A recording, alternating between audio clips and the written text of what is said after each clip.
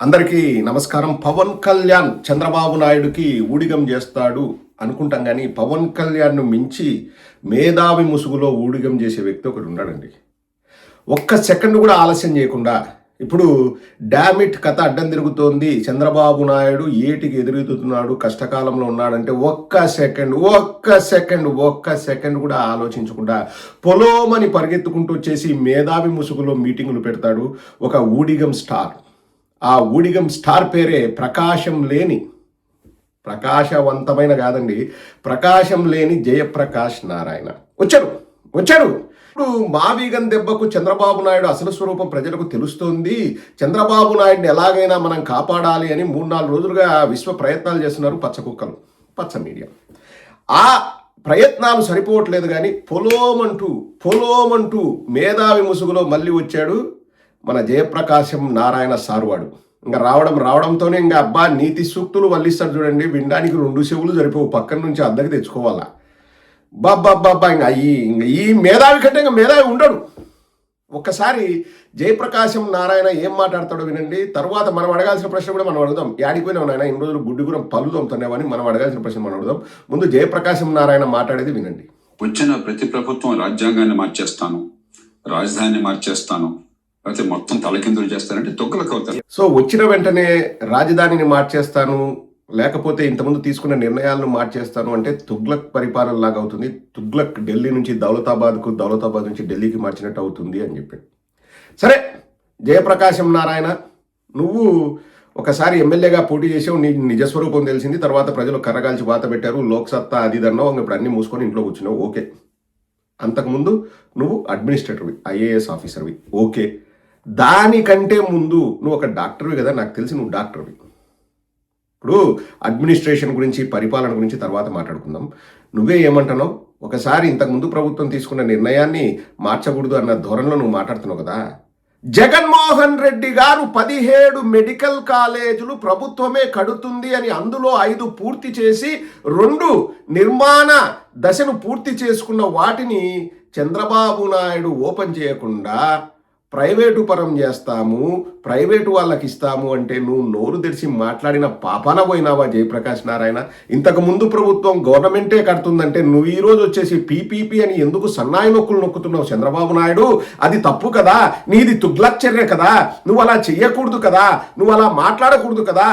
ఈ పాటికి ఈ 2 ఏళ్లలో జగన్మోహన్ రెడ్డి గారు ఉంటే మిగతా 10 మెడికల్ కాలేజీలు కూడా పూర్తి అయ్యేటి కదా.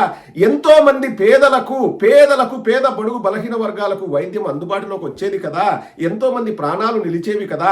నువ్వు పబ్లిక్ ప్రైవేట్ పార్ట్నర్షిప్ అని ఈ రోజు నువ్వు చేస్తున్న పని తప్పు, తుగ్లక్ చర్య అని చెప్పి ఈ ప్రకాశం లేని జయప్రకాశం నారాయణ ఎందుకు మాట్లాడలేదు? ఒక్క మాట పబ్లిక్ ప్రైవేట్ పార్ట్నర్షిప్ గురించి నువ్వు మాట్లాడిన పాపాన పోయినావా ప్రకాశం?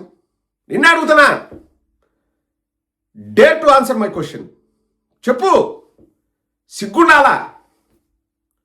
ఇప్పుడు నీకంటే రోడ్లపైన ఉండే పిచ్చి పట్టిన గజ్జి కుక్క నయం జయప్రకాష్ నారాయణ. ఎందుకంటే వాటికి గజ్జుందని తెలియక గరుస్తాయి.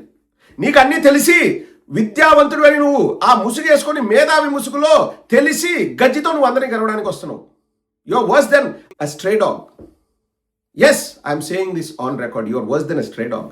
ఎందుకు నువ్వు ఒక డాక్టర్గా ఉండి పబ్లిక్ ప్రైవేట్ పార్ట్నర్షిప్ని ఎందుకు నువ్వు వ్యతిరేకించలేదు? జగన్మోహన్ రెడ్డి గారు ఉంటే అండి ఈ పాటికి మిగతా 10 మెడికల్ కాలేజీలు కూడా పూర్తయి ప్రజలకు, పేద ప్రజలకు, బడుగు బలహీన వర్గాల వారికి, కర్షకులకు, కార్మికులకు, రైతులకు, శ్రామికులకు అందుబాటులో వచ్చేది. మొగ్గలోనే తుంచేశాడు చంద్రబాబు నాయుడు. కానీ ఒక వైద్యుడిగా అనుభవం ఉన్న జయప్రకాష్ నారాయణ నోరు తెరిచి మాట్లాడా? Did he open and say a single word?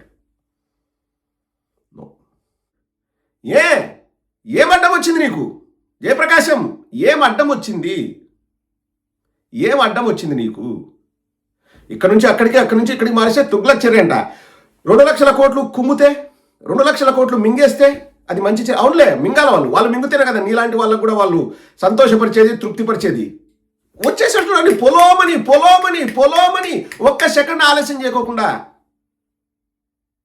Pawan కళ్యాణ్ని పాపం ఊడిగం స్టార్ అంటారు. పవన్ కళ్యాణ్ని మించి 10 మించినోడు ఈ జయప్రకాష్ నారాయణ. మేధావి ముసుగులో బ్రాకెట్లో అది పెట్టుకోండి, పాయింట్ టు బి నోటెడ్. మేధావి ముసుగులో వస్తాడు. కాదండి, గుండెల మీద చేసుకొని చెప్తున్నా, జగన్మోహన్ రెడ్డి గారు ఉంటే 10 మెడికల్ కాలేజీలు ఈరోజు పూర్తయి అందుబాటులోకి వచ్చేవి. పోయిన సెప్టెంబర్లోనో ఆగస్టులో ఎప్పుడో పీపీపీ మోడల్లో మెడికల్ కాలేజీలు కడుతూ ఉన్నారు. ఇప్పటికి 8 నెలలు దాటింది.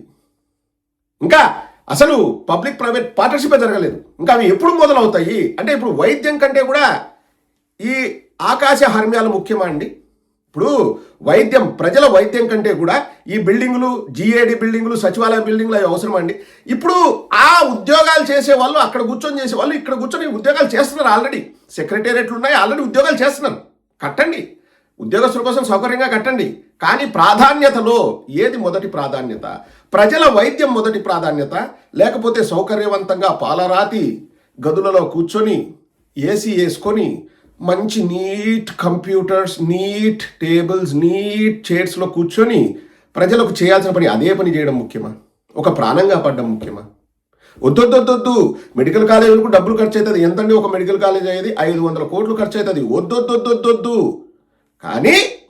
కానీ జిఏడి బిల్డింగులు, సెక్రటేరియట్ టవర్లు, ఆకాశ హర్మ్యాలు, బంగారు పూతలు, పుట్టగోస, బొంగు, భోషణం అవి కావాలా?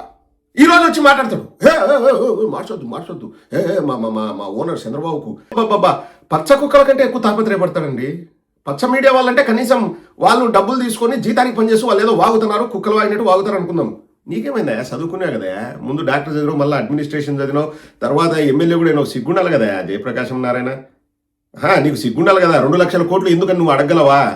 స్క్వేర్ ఫీట్కు 14,000 నువ్వు ఎందుకు అడగలవా? అడుగు ఫస్ట్. ఆ నోరు తెరిచి అది అడుగు, తర్వాత నీకు తత్వం బోధపడుతుంది. అక్కడ దాకా ఆగాకు జయప్రకాష్ నారాయణ. నీ నీతి సూక్తులు మడిసి బ్యాక్ పాకెట్లో పెట్టుకో. ఎవడికి కావాలా? నేను చెప్తున్నానండి, యాజ్ ఎ ఎడ్యుకేటెడ్ పర్సన్, నేను కూడా ప్రపంచ దేశాలు చూశాను. ఆయనకు తెలివితేటలు ఎక్కువ ఉన్నాయా, నాకు తక్కువ ఉన్నాయా, లేకపోతే నాకు ఎక్కువ ఉన్నాయా, ఆయనకు తక్కువ ఉన్నాయా పక్కన పెడితే నేను కూడా చూశానండి, ప్రపంచ దేశాలు చూశాను. ఏ దేశంలో అయినా కానీ మౌలిక వసతుల కల్పన కోసం ప్రభుత్వాలు కట్టుబడి ఉంటాయి. లండన్లో ఆకాశ హర్మ్యాలు ఉన్నాయి. ప్రభుత్వం ఏమి ఆ ఆకాశ హర్మ్యాలు చూసి జబ్బలు తడుచుకోలే. ఎప్పుడైతే నేను సమాజ నిర్మాణానికి పాటుపడతానో, అందరికీ కూడా సమానంగా మేము ఏదైతే చేయగలుగుతామో అదే మాకు అత్యంత ఇంపార్టెంట్ అయిన విషయం అని ప్రభుత్వాలు ఇక్కడ యూకేలో కూడా చెప్తాయండి. చాలా స్కూల్స్లో మిడ్ డే మీల్స్ ఉన్నాయి. చాలా స్కూల్స్లో 90% ఆఫ్ స్కూల్స్లో మిడ్ డే మీల్స్ ఉన్నాయి. ఉచిత విద్య, ఉచిత వైద్యం. ఇక్కడ ఒకవేళ మనకు ఏదైనా క్రైసిస్ వస్తుంది, ఇన్ఫ్లేషన్ ఎక్కువ అవుతుంది అన్నా కానీ డబ్బున్నోడి దగ్గర మీరు ఎక్కువ ట్యాక్సులు కట్టడని చెప్తారు, కానీ పేదవాడికి ఇవ్వాల్సినవి వాళ్ళకి ఇస్తారు. ఇక్కడ తెలుసండి, దాదాపు నాకు తెలిసి 25 నుంచి 30 వరకు సౌకర్యాలు ఉన్నాయి. ఏది ఉచితంగా ఇబ్బందుల్లో ఉన్న వాళ్ళకి ఏదైనా ప్రభుత్వం చేసే పథకాలు 25 నుంచి 30 ఉన్నాయి. ఆకాశ హర్మ్యాల గురించి ఎవరు ఆలోచించడండి. ఏ దేశంలో కూడా ఆలోచించరు. మనకు గజ్జి పట్టింది, మనకు ఎర్రి బట్టి మనం సస్సన్నం కాబట్టి ఏదో కంపెనీ ఫారిన్ నుంచి వచ్చేసి ఇక్కడ కూలీ చేసే వాళ్ళు తక్కువ డబ్బుకు కూలీ చేస్తారు. మా దేశంలో అయితే కూలీ ఎక్కువ ఇవ్వాలని మన దేశానికి వచ్చి వాళ్ళు డబ్బులు సంపాదించుకోవడానికి మనకేదో తూతూ మంత్రంగా కూలీ ఇస్తూ మన మీద పెత్తనం చెలాయిస్తూ అధికారులంతా వాళ్ళ దేశం వాళ్ళే ఉంటారండి. అంటే పైన ఉన్న వాళ్ళంతా ఆ కంపెనీల్లో, కింద మాత్రం పనిచేసే వాళ్ళు మన వాళ్ళు ఉంటారు. దాన్ని చూసి మనం అభివృద్ధి అనుకొని సంకలు గుద్దుకొని ఆకాశ హర్మ్యాలు కట్టినాం, కంపెనీలు వచ్చినాయి, అభివృద్ధి అనుకోవాలన్నా. ఏమి కర్మరా నాయన, చదువుకున్నావు కదా, డాక్టర్ చదువుకున్నావు కదా, బుద్ధి ఉందా లేదా, నీకు జ్ఞానం ఉందా లేదా జయప్రకాశం నారాయణ? సిగ్గుండాలి కదా. ఇంతకుముందు ఇతను మాట్లాడిన మాటలు వినండి ఒకసారి. ఎన్నికైన ప్రభుత్వానికి రాజధాని ఎక్కడ నిర్ణయించే అధికారం అన్నది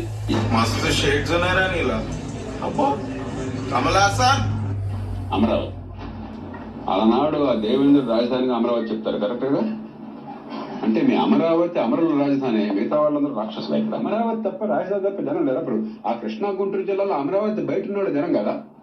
ప్రపంచంలో మీరు ఎక్కడికి పోయినా కూడా తీరం ఎక్కడుంటే అక్కడ అభివృద్ధి, అక్కడ పారిశ్రామిక ఎక్కడున్నా అక్కడ జనాభా. ప్రపంచం అంతా అదే. ఓ పక్కనేమో డబ్బులు లేవని మీరే రోజు చెప్తున్నారు, రాష్ట్రం ఆర్థికంగా దివాలా తీసి చెప్పిన. మరో పక్కన అసలు రేపు అనేది లాంటివి వ్యవహరిస్తున్నారు. ప్రతి కార్యక్రమానికి 10 కోట్లు, 20 కోట్లు, 50 కోట్లు, 100 కోట్లు అన్ని హైదరాబాద్ లో పెట్టి కూర్చోవడం చూపిస్తుంది. ఇక ముందు ఆ పడతారు. రాజధానిని కూడా విభజించాలి. ప్రతి ప్రాంతంలో కూడా అసెంబ్లీ, సెక్రటరియట్ ఉండొచ్చు, కానీ సమ్మర్ క్యాపిటల్ ఇంకో చోట పెట్టండి, లేదా వింటర్ క్యాపిటల్ పెట్టండి, ఫైనాన్షియల్ క్యాపిటల్ ఇంకో చోట పెట్టండి, హైకోర్టు మరో చోట పెట్టండి, మ్యానుఫ్యాక్చరింగ్ క్యాపిటల్ ఇంకో చోట పెట్టండి, సర్వీస్ సెక్టర్ ఇంకో చోట పెట్టండి, విద్యా సంస్కృతి మరో చోట పెట్టండి. అంతే తప్ప అన్ని ఒక చోట పెట్టి అక్కడ ఉన్న వాళ్ళందరికీ మోదం, మిగతా వాళ్ళందరికీ ఖేదం సరైన పద్ధతి. ఏమబ్బా, పచ్చ మీడియా కంటే ఫాస్ట్గా యూటర్న్ తీసుకుంటావు నువ్వే చెప్పినావు కదా. ఆ వీడియోలో ఏమన్నాడండి, కృష్ణా గుంటూరు జిల్లా ప్రజలు ఎక్కడికి పోవాలి? తీర ప్రాంతం ఉన్నది డెవలప్ అవుతుంది అన్నాడు. ఇప్పుడు జగన్మోహన్ రెడ్డి గారు మావిగన్లో కృష్ణ, గుంటూరు తీర ప్రాంతమైన మచిలీపట్నం. ఏం తప్పు చెప్పినాడు? నువ్వే అంటూ కదా అసెంబ్లీ సాక్షిగా అన్ని హైదరాబాద్లో పెట్టడం వల్ల ఇప్పుడు ప్రాబ్లం వస్తుంది, వికేంద్రీకరణ జరగాలి, ఇండస్ట్రియల్ కారిడార్ లేకపోతే ఎడ్యుకేషనల్ కారిడార్ ఇట్లా సపరేట్గా పెట్టాలి, రాజధాని ఒక చోట పెట్టాలి, వింటర్ క్యాపిటల్, సమ్మర్ క్యాపిటల్, అన్ని రాష్ట్రాల వారికి అన్ని ప్రాంతాల వారికి సమాన ప్రయోజనాలు ఉండాలని చెప్పినావు కదా. ఈరోజు ఏమి తుగ్లక్ లాగా మార్చకూడదు అంటే బాస్కి ఇబ్బంది కలిగిందనే. ఈయనంత ఊడిగం చేసే మనిషి నేను చూడలేదండి. మేధావి ముసుగులో గజ్జి బట్టి కొట్టుకుంటున్న వ్యక్తి. Don't trust his words. నేను ఎవరి గురించి కూడా ఈ మాట డైరెక్ట్ కనను, కానీ జయప్రకాష్ నారాయణ విషయంలో నేను చెప్తున్నాను ఆంధ్ర రాష్ట్ర ప్రజలకి, don't ever trust his words. He's chameleon. ఊసరవెల్లికి పర్యాయపదం ఈ జయప్రకాశం నారాయణ. ప్రకాశం లేని జయప్రకాశం నారాయణ, గుర్తుపెట్టుకోండి.